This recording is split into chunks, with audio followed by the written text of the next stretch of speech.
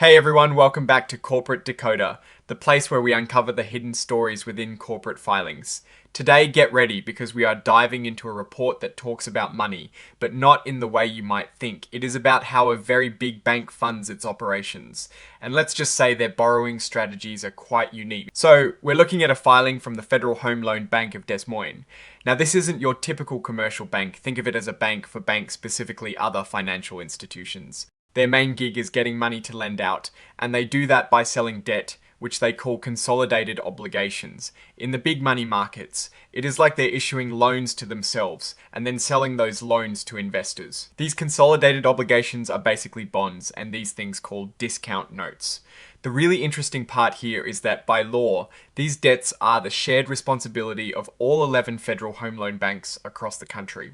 So, if one bank messes up and can't pay its debts, the government can actually force another healthy federal home loan bank to step in and cover the cost. It's a safety net, but it also means everyone is tied together financially.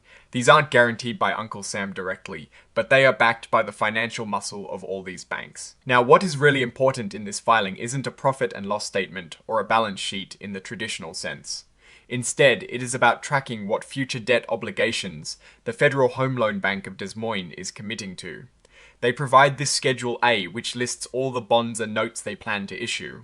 This is basically their roadmap for how they are going to raise funds in the future. They do exclude short-term discount notes that are part of their everyday business, so keep that in mind. It is focused on the longer-term commitments. And here is a crucial point. This bank can change how it reports this information whenever it wants. This means the way you see their future borrowing outlined today might look different tomorrow. They're telling us to be careful when looking at Schedule A. They also mention that while these debt issuances are a big deal for them overall, they are not saying whether any specific bond or note issuance is particularly important or material on its own. This can make it tricky to pinpoint the exact impact of a single debt deal. Something else to note is that this Schedule A doesn't tell us anything about their interest rate swaps or other fancy financial tools they might use to manage risk. These derivatives can be super important for understanding their true financial health, but they are kept separate from this disclosure. And a big one for investors or analysts trying to get a clear financial picture. Schedule A is not designed to help you track the total amount of debt they have outstanding, because it leaves out those short-term notes and doesn't tell you if new money is just replacing old debt. You can't get the full picture of their borrowing from this schedule alone. For the total picture, you'd need to look at their regular, periodic filings with the SEC. Finally, the numbers you see for the amounts of these debts are listed at their face value, or par. This means they don't include any adjustments for premiums or discounts. So, the actual financial impact on their books, as per generally accepted accounting principles, might be different. This is standard practice for certain types of filings, but it's something to be aware of when you're trying to analyze their true financial position. And the report is signed off by Tapas Panda, the Assistant Treasurer. This filing is dated the 23rd of September 2025, reflecting events that happened around mid-September.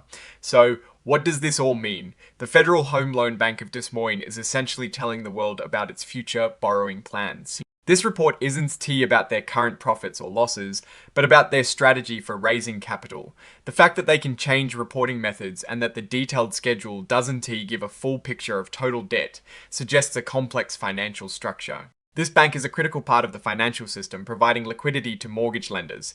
Their ability to consistently access capital markets through these consolidated obligations is key to their mission.